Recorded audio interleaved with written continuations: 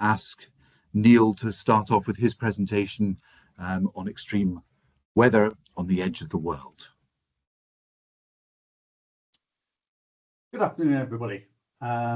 So I'm taking you off to the Outer Hebrides for 20 minutes. So why the edge of the world? Well, for a long time through European history, the Outer Hebrides were actually considered the edge of the known world. So, see, for those of you not familiar, the Outer Hebrides are a range or a string or an archipelago of islands that are on the west coast of Scotland. And they have historically been somewhat isolated from the mainland, and that's one of the key elements that comes through this work. The image here you can see is a genuine photo. I've not been playing with AI on this. Beautiful dual rainbow here, capturing sort of the traditional black houses of Arnall.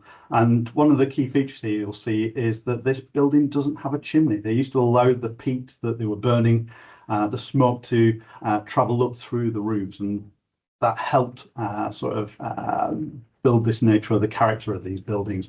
And you can see how it's very squat, low down, single story, and you can see how it's turfed. It's quite in contrast to the more modern building to the side of it. And these structures themselves reflect sort of the resilience of the communities to the extreme weather that Hebridean people experienced. And we're going to explore some of those elements through this next 20 minutes of presentation.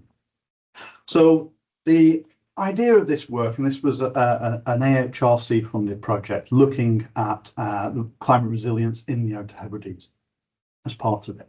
And we explored ideas of social history, but also looking at how do we assess and build understandings of weather and climate in areas where there may be few or relatively few instrumental records. So within this, I'm going to explore and talk through some of the work that we've undertaken across the Outer Hebrides, thinking about weather and how it interacts and captures the everyday lives of the people that live there, and how their lives reflected the climate and the weather that they experienced.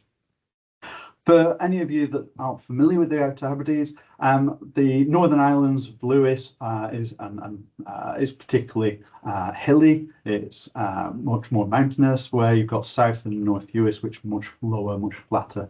Much of it is actually beneath 10 metres above sea level. So very different kinds of environments within which to explore and understand people's relationships with weather and climate. And because of the nature of the islands, they're sort of everyday lives quite often integrated around coastal environments and seas and the climate and weather of what's going on. So we're going to actually build and understand sort of some of this through the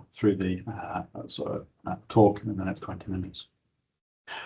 One of the key elements in thinking about how we evolve and assess how people respond to weather and climate, and where we're at from a more sort of framing of understanding, is exploring and building studies that explore how people have historically shaped and been and responded to climate, and particularly extreme weather events.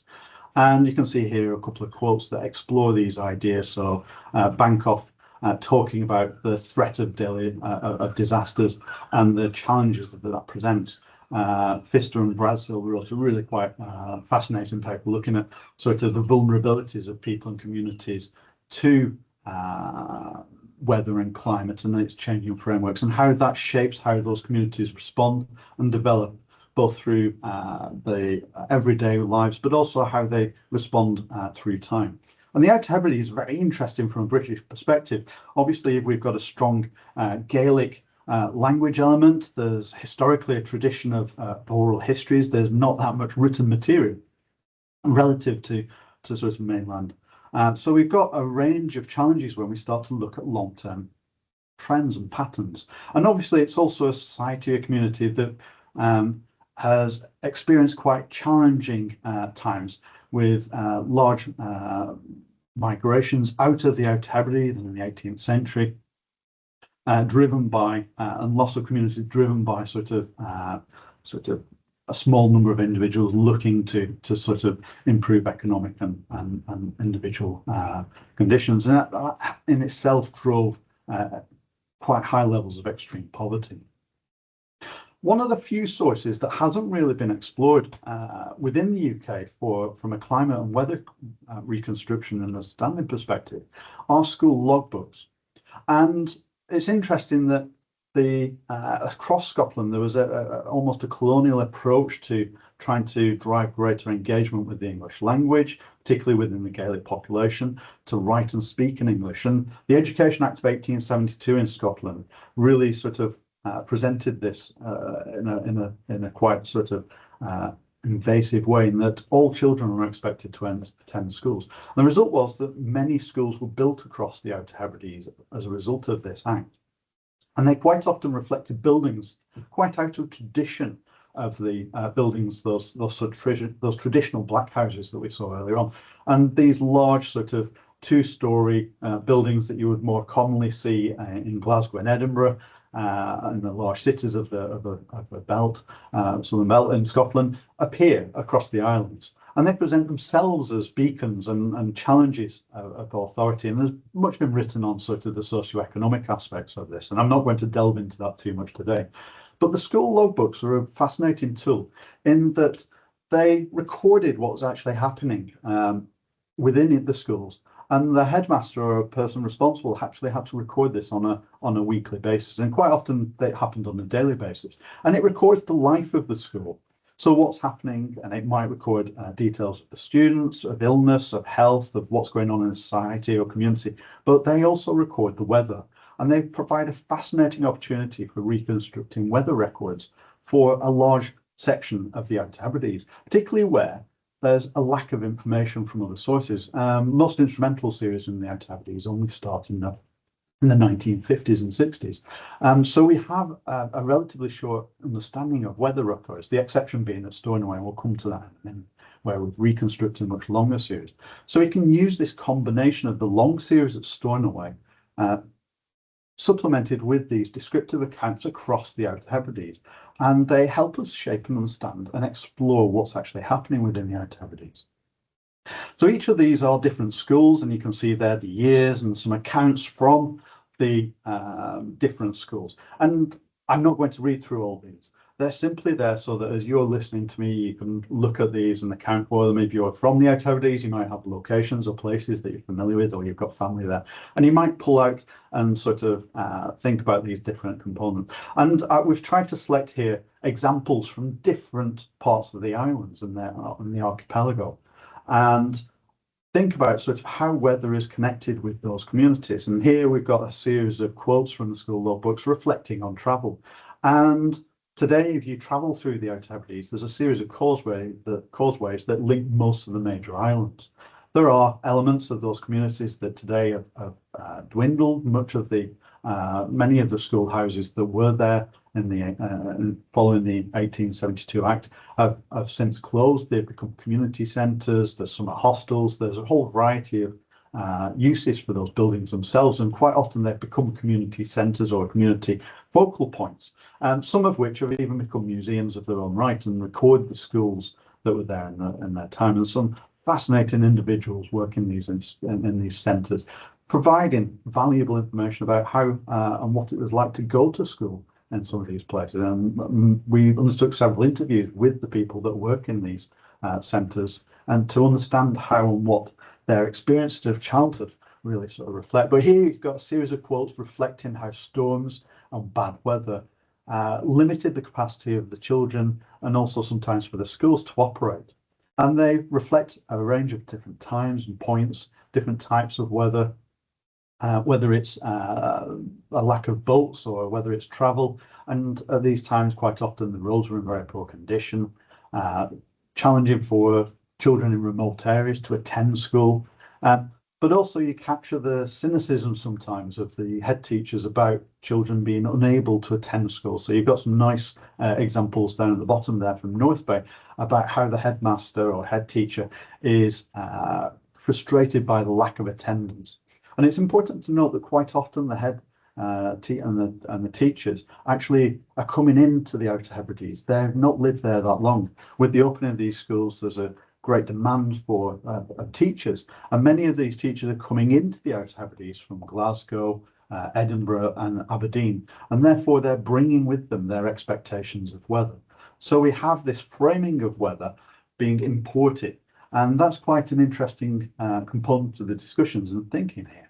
And we can travel through these. Another common theme within the logbooks is that of clothing, and the fact that many of these the students that attend the school, or the children that attend the school, are poorly equipped, and you get a number of these sort of accounts. But also the children were expected to bring peat that they dug and dried during the summer months to the school for heating. So we get quite a few sort of accounts where the teachers are frustrated by the lack of heating materials, and that's sometimes captured. But also sometimes if we've got good weather early in the year, when the children are supposed to be at school, the children go missing. They're taken off school or from the school, and they're effectively in the fields and then in the bogs cutting the peat, taking advantage of the weather. So we do get some sort of nice accounts for that. One of the key sort of interesting elements is that we get quite a lot of accounts of children attending school without shoes. And this is really quite an interesting element, particularly when we consider the severity of some of the weather. So we get these wonderful accounts of children attending schools, but often in these coastal communities, but with a lack of footwear. And it was interesting during one of the presentations in the communities that we did, that one of the children of one of the people that attended the schools recounted how her grandparents and her parents talked about going to school without shoes. It wasn't that they didn't have the shoes, but they kept them clean and dry by not wearing them, so they could present well at the school. But this is quite a common sort of scenario across the islands. And here you've got sort of this wonderful picture. Europe is right up on the north coast of Harris and Lewis, so right up in the set of chain of sites. And the school building's still there. It was actually part of a home now. It had been converted into a home subsequently. So we can see these accounts, but we can also get accounts of the buildings themselves reflecting the weather. So you've got here sort of gales and loss of roofs, buildings, fearful storms. So we can start to understand the severity of some of these storms that are accounted for in the descriptions, but we don't have these records elsewhere. So it gives us an opportunity to explore these ideas of severity. And you can see there from Grimsby, the severity of the storms that smash in the boats. And you can see an image of one of the boats down there in Stornoway from 1882. But we also get these really nice sort of summer events as well, where they talk about the buildings being poorly ventilated when it gets warm. So we do get warm weather accounts as well. One of the areas that school logbooks have been used and explored is in relation to health and weather. And here you can sort of see a number of sort of accounts of influenza and illness. We do get the school logbooks recording schools being closed for periods of time through measles outbreaks, scarlet fever, etc. And they sort of capture that sort of movement roughly every 4 or 5 years, it seems, of these diseases. And as I mentioned, the school logbooks have captured a lot of that. But they're capturing these wonderful different elements and frequencies. We've also seen a number of publications over the years looking at sort of occupations and traditions, but maybe not actually captured the relationship between weather and climate, and about how some of these sort of farming traditions or actions relate to the impact on the schools and relate to the sort of weather. So here you've got farming, sort of outdoor labour. I've already mentioned sort of cutting pizza is quite a common one that we come across. If there's cattle being sold on markets, you sometimes get accounts of drop-offs. You've got a potato crop there, for example, and also children going out to sea with parents to pull in lobster creels or attend events. And there are also sort of wonderful sort of examples of where we get accounts of just the severity of the weather itself, or benchmarking relative to weather events. So it might be the articulation of it's the worst storm in 40 or 50 years, which can be really valuable in understanding sort of the severity of some events. The maps there that you can see, all the stars represent the schools that we've extracted. So from St Kilda over over in the west, you can see it sort of perched out in the Atlantic, right through the whole range of islands. So it gives us a wonderful spatial representation of how these storms and events manifest through these different communities. We've also reconstructed a precipitation series from Stornoway itself, so we can start to understand and explore and relate these descriptive accounts through to the instrumental record. And you can sort of see the frequency. So this is the rainfall reconstruction at Stornoway from 1857 compared to a reconstruction in Inverness, and you can see relatively good relationships. But you can also see the distribution of severe events relative to good weather events based on the index or an index scoring of these descriptive accounts. And then you can also see the frequency. So you can see this sort of high magnitude or high volume of recording in the 1880s and 1890s. And that's not unusual actually in the Outer Hebrides and then Scotland generally. The period is characterised by bad weather. And at the bottom is an SPI, which is a tool for assessing sort of variability within wet and dry. It's effectively quite a simplistic water balance model. And you can see that the 1890s, 1880s are particularly wet, and 1900s are very wet. And we see relatively drier phases subsequently. So within a broader context, these records are really valuable as it allows us to contextualise and understand the severity of the weather during these periods of particularly bad weather in Scotland. And Dawson notes and records that period in the late 1860s through to about 1890 are particularly notable. It's a period of 30 years of which were a succession of really severe winters. And these descriptive accounts allow us to explore that. We get sort of storms that have had notable impacts. So the Tay Bridge rail disaster, we can see that storm in the accounts across the Outer Hebrides, and we get accounts of extensive sea ice in the North Atlantic, and we get sort of accounts of that coming through within the records from the schools. But we also see some of those nicer weather events, those warm summers that you see in the 1890s. So to summarise, why is this valuable? Well, it gives us a really detailed picture of actually what's happening in this area of the Outer Hebrides, where we can see and start to build an understanding of the severity of weather, how it relates to what's actually happening within these communities that are very much reflective of coastal processes. They're connected and tied to what's actually happening in these areas. And we can see that actually extreme weather is often socially constructed. We get a real sense of how these extreme weather events manifest through in the school logbooks on the society. What are the impacts on the communities? How do those communities respond?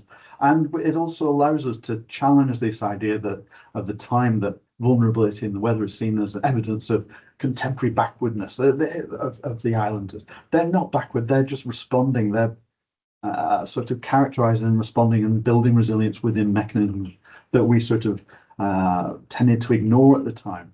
And their buildings, their structures, those black houses are low squat buildings. They're reflecting, they're trying to keep out of the way of these storms. They're reflecting the resilience of those communities built on knowledge. And it's really interesting, if you go further back, you can see evidence that those communities have retreated from the coast at different periods of time. And it suggests that maybe even earlier, from the 16th century, some of those communities moved back away from the coastline in response to the severity and frequency of those events. And quite a few of those black houses that we see there stem from this period in the 1860s, places like Arnold, where they're actually responding to that extreme event. So the logbooks provide us with valuable records of notable extremes in areas where we have no instrumental data. It allows us to better understand the severity and frequency of those extreme events. On the advert for the talks today, there was a link to the digital exhibition at the archives at Stornoway that you can watch if you want. It's about 20-25 minutes, and it sort of talks through the different materials and how they've impacted and shaped some of the communities. And if you want to, please do get in touch. I'm happy to have a chat with people about some of these elements. I look forward to answering some of the questions after, but also there's a couple of papers there that we've sort of talked about some of this understanding about how past weather can shape current futures and future sort of responses within these societies and communities, and how it helps us understand how we can build resilient communities of the future. Okay, thank you very much, everybody. I hope that was interesting, and I will hand back over to Briony, I think. Very much. Hopefully the slides are visible. I'm Briony McDonagh. I'm talking on behalf of the project I led, Risky Cities, but this is very much a collaborative bit of work. So it is very much a shout out to the rest of the team here at Hull, and indeed to our community participants and artists. So engagement and action are widely acknowledged as preconditions for meaningful climate adaptation and resilience. Yet prevailing approaches still struggle to connect global climate risk with local lived experience. Now, against this backdrop, humanities-led, participatory and place-based methods are emerging as promising avenues for building community capacity and agency. Yet, I think it would be fair to say that they remain underutilised within mainstream programmes at the national and international level.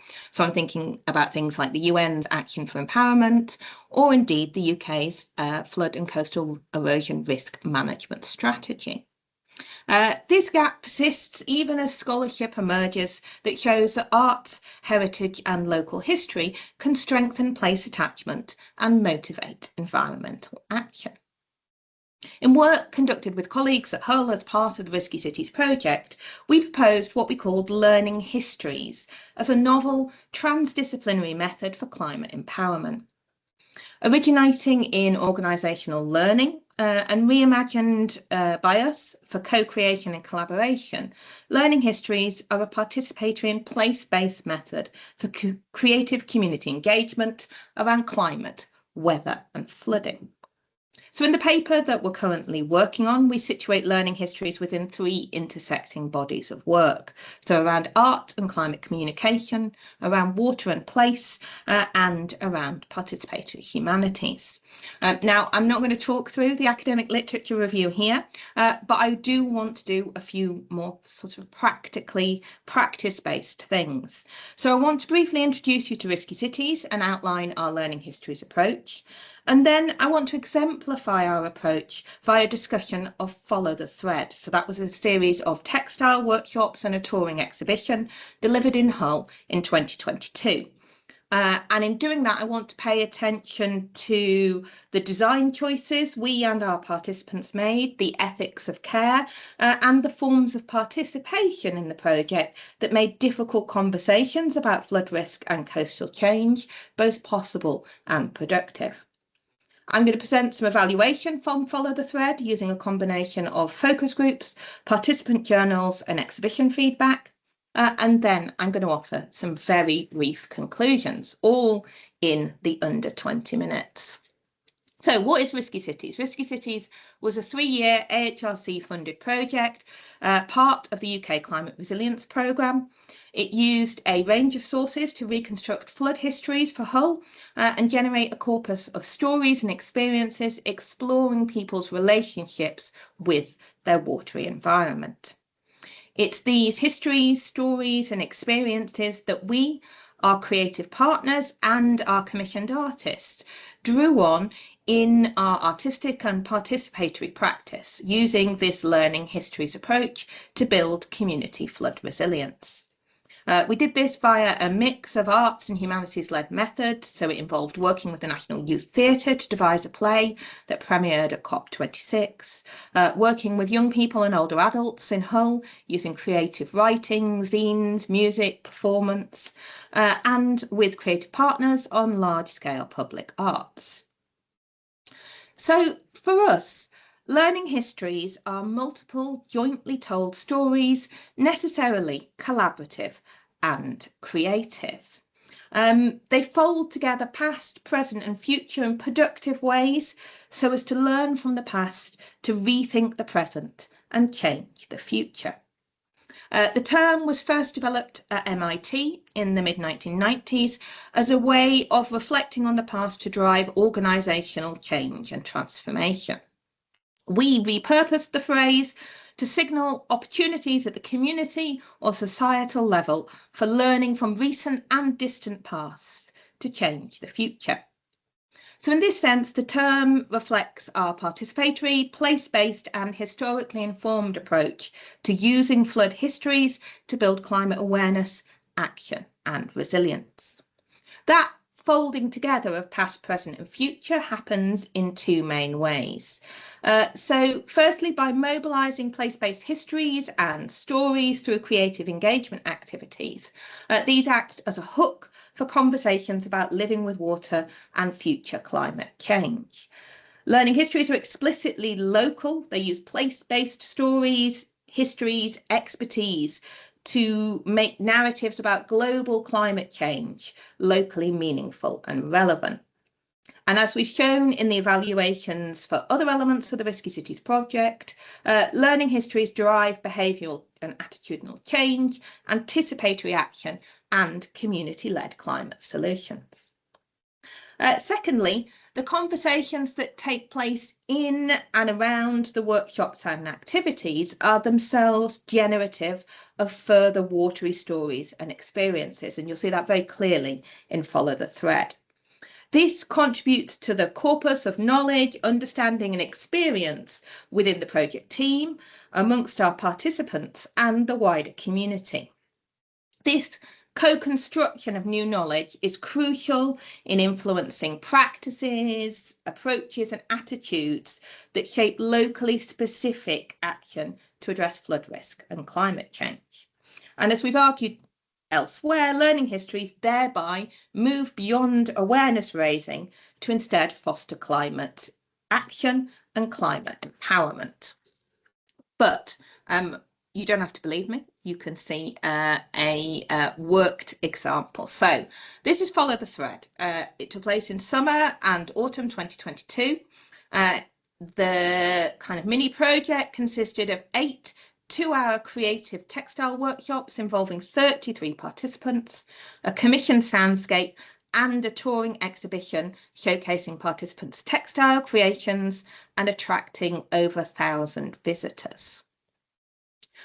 We worked in Boothbury and Pickering in HU4 and in Cottingham in HU16, wards with high flood risk and past experience of flooding, but otherwise quite different socioeconomic profiles. And the exhibition later toured 6 locations in the city centre, the inner and the outer suburbs. So the workshops were structured around two-way knowledge exchange. The team shared histories of living with water and flood using archives and maps, while participants contributed lived experience, photographs and memories of water and flood. These stories and sources were then discussed collectively and translated into making using free machine embroidery and tabletop weaving, facilitated by very lovely local creatives. And there's some pictures up on the slide, but just to show you these things really do exist. These were ones made by various members of the team. The ones made by community members have all gone back to them where they wanted them back. The title Follow the Thread was adopted late in the project, both to capture both the textile materials used and the method's temporal ambition, supporting participants to trace that thread from past water relations through present experience towards future community flood resilience. So, did it work? That's the crucial question. Evaluating the impacts of the workshops and exhibition draws on 3 strands of evidence. So there were evaluation opportunities directly incorporated into the exhibition panels. Participants were issued with journals and we held 2 post-event focus groups, one with the project creatives and one with the community participants, each lasting 3 hours. Discussions in these groups explored the project's approach, perceived successes and potential influences on future behaviour, using peer-to-peer storytelling to support participants as co-interpreters of meaning and impact. Audio recordings were transcribed and anonymised, responses coded and thematically analysed in vivo using a reflective approach with attention to assumptions and biases. And full disclosure, it was not me that used in vivo, it was very clever people who work with us. We were lucky enough to have a data analyst join the team post-data collection, providing what you might think of as an outsider perspective during coding. And to capture the nuanced insights, an iterative, discursive, post-analytical phase followed. So that involved conversations between the outsider analyst and the insider Risky Cities team to integrate contextual understanding with thematic analysis. So the data that you'll see that follows, along with the very lovely pictures, is qualitative data, but it's robustly analysed in order to show the outcomes and impacts of our work. And one of the things I'm really interested in doing is demonstrating that qualitative data can help to robustly analyse this kind of work, arts and humanities work, to drive climate resilience. So in what follows, we identify 3 interlinked outcomes emerging from our practice in Follow the Thread. These centre around place pride and identity, flood memories and ripple effects. So here's some of the evaluation woven directly into the exhibition. So pride, place and identity. So participants' attachment to Hull was evident in their enthusiasm for historical materials, especially the maps. Basically, everybody loved maps. As one participant put it, maps really brought it to life. They also prompted repeated requests for more historical content in both the workshops and the exhibition. And I've put some example quotes up here. I'm not by and large going to read the quotes out, but I will leave them up there for you to see. Participants lamented not being taught what they called their own specific history at school, and spoke of how involvement in Follow the Thread had driven a renewed interest in the city's history and a greater confidence in seeking out, creating and sharing these histories, particularly with young people. Our data shows that the maps enabled people to situate personal memories and experiences within much longer time frames.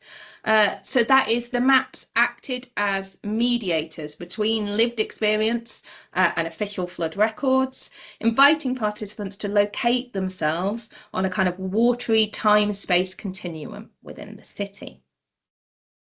It was very clear that creative practice anchored these place engagements. So participants' artworks incorporated copies of historical maps, images, archival documents, alongside personal flood memories, quite literally weaving past and present watery experiences together.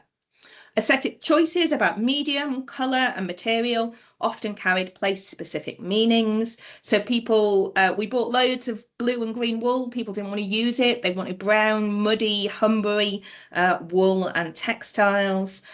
People used metallic thread to represent new flood defences.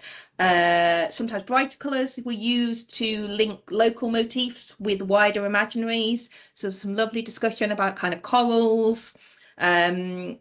And very clearly, people reflected on the ways that they linked Hull's flood histories to wider global water crises. So people were very clearly enabled to connect their own experience of water, both to Hull's past and to other watery places around the world. Those dialogues continued in the exhibition space, where visitor feedback often articulated water's sort of central focus, central identity within Hull. Some respondents emphasised water's life-sustaining qualities, others flagged its destructive power. But what emerges was a kind of entangled and sometimes ambivalent relationship with water, rooted in both dependence and vulnerability, as well as pride and place attachment. And really importantly, this identity was not merely descriptive, it became generative of action. So for some participants, watery histories and pride in the city were bound up in a kind of call to act, whether that was socially, environmentally, or politically. So sorry, on this slide there is a really lovely quote here about how water was part of us as citizens of the city. We should be more aware of our past. They took the commerce out of it, so they're trying to take the soul out of Hull, and the people of Hull need to wake up. This, the workshops, is a good way of starting this process. Wake up, this is where we are, this is where we're from, this is where we need to go.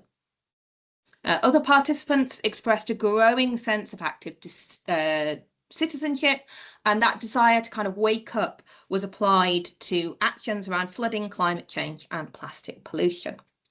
And all of this resonates with people like Nicolosi and Corbett's argument that place relations are positively associated with environmental entanglement. So by grounding flooding in tangible artefacts, stories and lived experiences, Follow the Thread rendered climate risk proximate and relatable, thereby breaking down what we know is often a kind of dissonance between global climate narratives and local action. The other thing that came out very strongly in the work was around flood memories. So alongside community connection to Hull's history as a watery place, the workshops and exhibition offered space for participants to unravel and share flood memories. And as became clear in the workshops, that was very centrally about flood experiences in 2007. So those memories were vivid and embodied. Participants recalled seeing streets awash like rivers, of alarming journeys undertaken in waist-deep water, as well as more farcical kind of stories. There was one about freezers floating in a basement, and as you can see, that made it into one of the artworks. Now, in designing the workshops, we were deeply conscious that difficult conversations might arise, and we had plans in place to support participants and to signal onwards to sources of support. But the outpouring of deeply personal stories of loss and the collective grief and trauma went far beyond our expectations. And that is, as a local girl myself, you know, I was not unfamiliar, but it still surprised us in the workshops. Several participants identified that they'd not previously had the chance to reflect so openly on the experiences for 2007, that the workshops provided safe space to do that, and the idea of kind of craft while conversing, busy hands theory was really important to that. You see some quotes there summing that up. So our observations align with participatory multimodal evaluation literature, emphasising care-centred, multidimensional approaches to learning and impact. But really importantly, the sessions linked memory to agency. So participants narrated loss, but also articulated collective responsibility and mutual support. So there was a lot of we're in it together, we need to do something.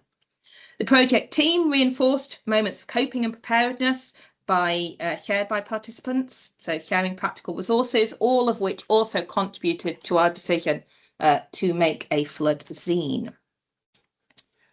Moving rapidly on to the last section. So our analysis also paid close attention to ripple effects. We define these ripples as changes initiated and carried forward by community members, project partners or artists, rather than the academic team. And we interpret them as signals of the significance of the project to the wider community and its lasting relevance in terms of flood risk and resilience. Now, there were a number of ripples that included heightened historical consciousness, pride, care. People talked about mutual learning and knowledge spillover, and they shared the ways that historical entanglement translated into sharper awareness of environmental and hydrological challenges, all of which you can see some of the analysis up there. It was very clear that new knowledge, including specific hydrological insights, came out of the experience, and that the project's art-led approach offered a gateway to increased scientific literacy. Our data also shows on occasion that awareness moved to consciousness and was accompanied by a recognition of the need for concrete actions. So at the exhibition, 27 visitors signed up to EA flood warnings, others checked their flood risk, pursued independent research, or articulated a collective drive to seek improved institutional support or question the spatial distribution of flood protection. So people moved, there was a shift from passive awareness to more informed, active civic engagement. People also thought about how they were going to use water more responsibly themselves and the ways that simple shifts could lead to cumulative impacts. So it's very clear that discussing excess water, flood, could sensitize participants and audiences to drought and water security and to resource stewardship more generally. There's lots of further evidence about strengthening community ties, ongoing collaborations, and the ways that creative practice could seed mutual support. But I really have got 1 minute to sum up, so we will do that now. So the written paper provides much greater depth than I can squeeze in here, but taken together, the outcomes and ripples observed in Follow the Thread demonstrate how arts and history-led engagement extends beyond awareness raising to influence attitudes, behaviours, relationships and civic claims. Participants' actions, like signing up for flood alerts, suggest that cultural processes can scaffold practical preparedness and collective organisation. Moreover, peer-to-peer dynamics nurtured in Follow the Thread enabled participants to cascade knowledge to friends, family and community networks, thereby amplifying reach without additional resource from the project team. Now, crucially, these ripples are community-led. They persist after the formal project moments have passed, indicating a measure of embeddedness. So participants appropriated and repurposed project practices into everyday life. And in doing so, they linked historical consciousness to present-day stewardship and future-orientated resilience. Or to put it another way, learning histories do not simply communicate climate risk. Instead, they co-create climate adaptation with partners and participants.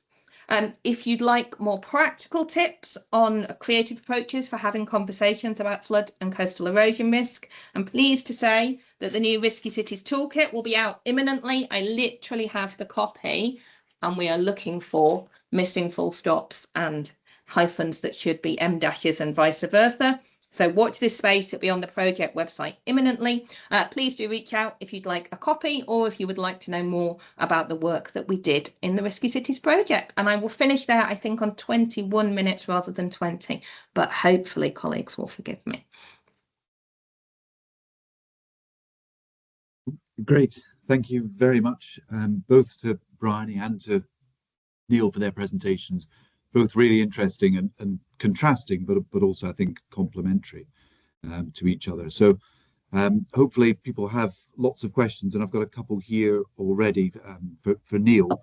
First of all, Neil, I wonder if you could tell us a little bit more about the scoring index for the storm events and how that was applied to the anecdotal accounts. How did you sort of translate one into the other? Yeah, sure. So we used a +3 to -3 scoring system. So it looks at some of the language used in the descriptions of the individual events.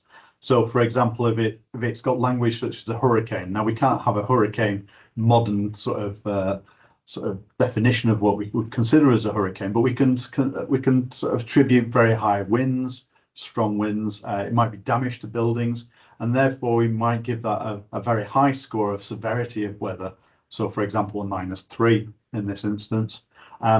We might get an account of mild or pleasant weather, sunny. We might give that a +1 or a +2 score based on the description. So we effectively set a framework for indexing the different descriptions in the textual analysis to sort of a +3 to -3 scaling, and then ran that through each of the events to generate the index score. I just, if I could ask a quick follow on from that, I noticed in Figure 4 it looked like sort of in the mid-1900s that there was a decline. Is that because the weather was better, or because people became less enthusiastic about recording the weather? They were getting information about it elsewhere, or? I think it's actually a combination of the two.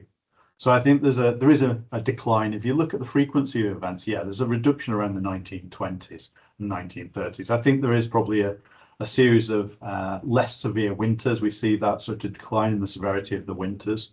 I think we also see an improvement in infrastructure. We get greater resilience within the communities to these events themselves as an individual level, but also at a larger scale. We see less reliance on boats and travel. We start to see emergence of causeways connecting the islands.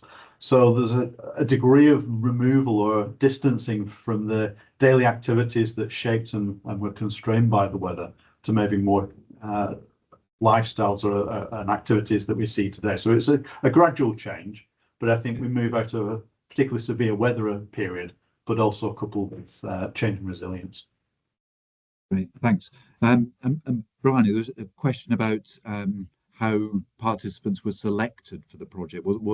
How did people become involved? Sure. So strictly speaking, we didn't select participants. We offered the two different sets of workshops in two different locations. We did select our locations. We did that very deliberately to work in communities who had experience of flooding, but there were otherwise two rather different communities. So one is much closer into the centre of the city with a range of challenges in socioeconomic terms. One is a suburban village outside the city, but very close to it. And we did want that contrast. We also had a contrast in the way that the groups came together. So one was working with an existing group who we had previous connections with. This was all immediately post-COVID. And that was part of our commitment to non-extractive practice within communities, to continuing to contribute to communities that we'd had relationships with, ways of ensuring that when short-term project funding finishes, we as a university, we as a team don't disappear from those communities. The other, in the suburban village, we brought the group together to do the project. So we advertised it, we went through local contacts, we worked through the venue that was going to host it to create the group, but we certainly didn't do what our methodology wasn't to get a marketing company to create a representative group. It was an offer, and we invited people to join us who wanted to do that. We are aware in the write-up about different demographics within the groups, and we deliberately devised some activities later in the programme that worked with groups that we hadn't got through advertising these project workshops. That's great.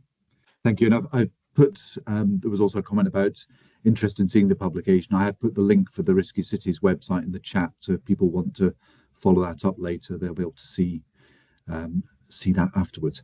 Another question for Neil. I was wondering if you could say something more about the clothing story, and what you think was the way to weather adaptation, cultural traditions, school environments, isolation, lack of resources in those practices. Yeah, sure. The clothing story was a bit of an interesting one that emerged. It wasn't anticipated or planned. It initially emerged in relation to the lack of shoes, which we found quite an interesting sort of aspect to that.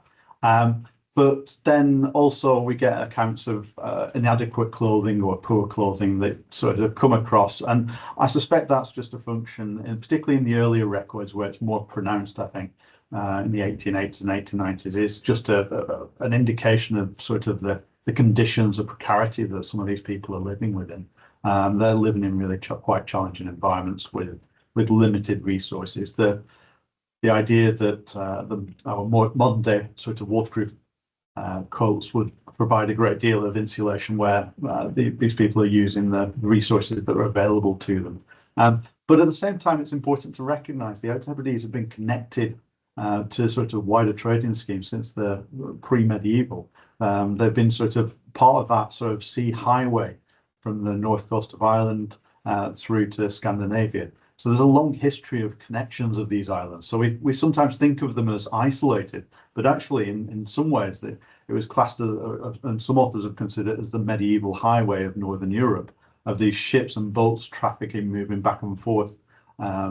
So there's a juxtaposition sometimes of thinking of them as isolated, but also this idea that they were part of that important sort of network of communication and trade, and therefore there would have been some resource of sort of movement across them. But I think this idea of clothing, particularly the shoes, is interesting because it sort of counters sort of current thinking of this idea that you'd wear maybe retain the shoes to keep them in good condition. It was really interesting, the conversations we had around sort of this idea that you'd retain the shoes and keep them in good condition to attend the school, and then you take them off and go home, which is quite nice actually.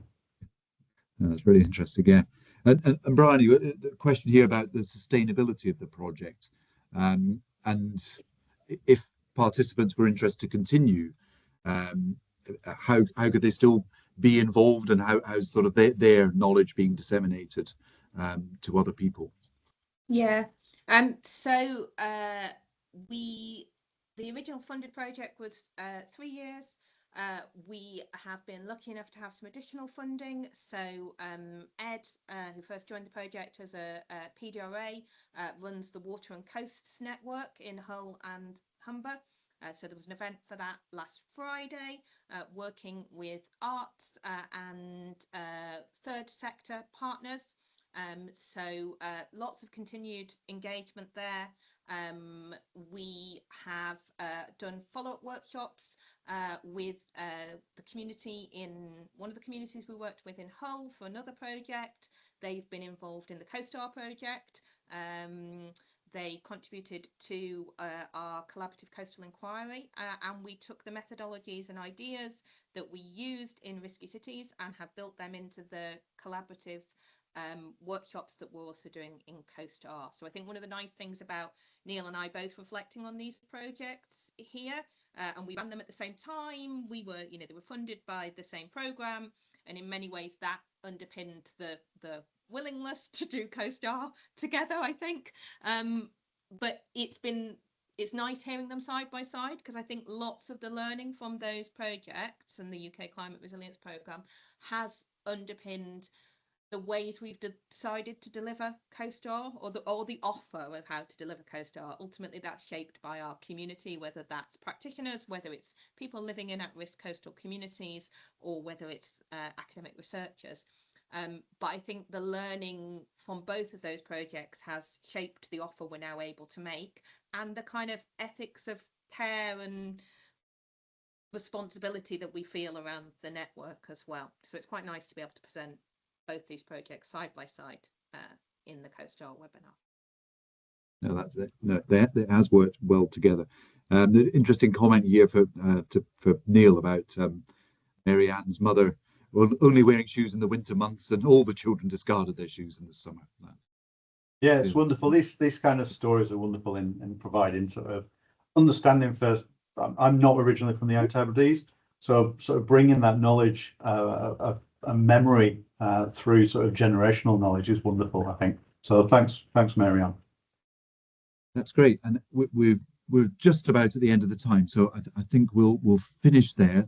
Thank you very much again, both to Briony and Neil, for their really interesting presentations and for people's questions and engagement with what we're doing. Please keep an eye on the CoStar newsletter. We'll publish details of the next webinar there, and encourage you all to attend that. So once again, thank you very much to Neil and Briony. I'll give an applause there, and thank everybody for being here. Bye-bye.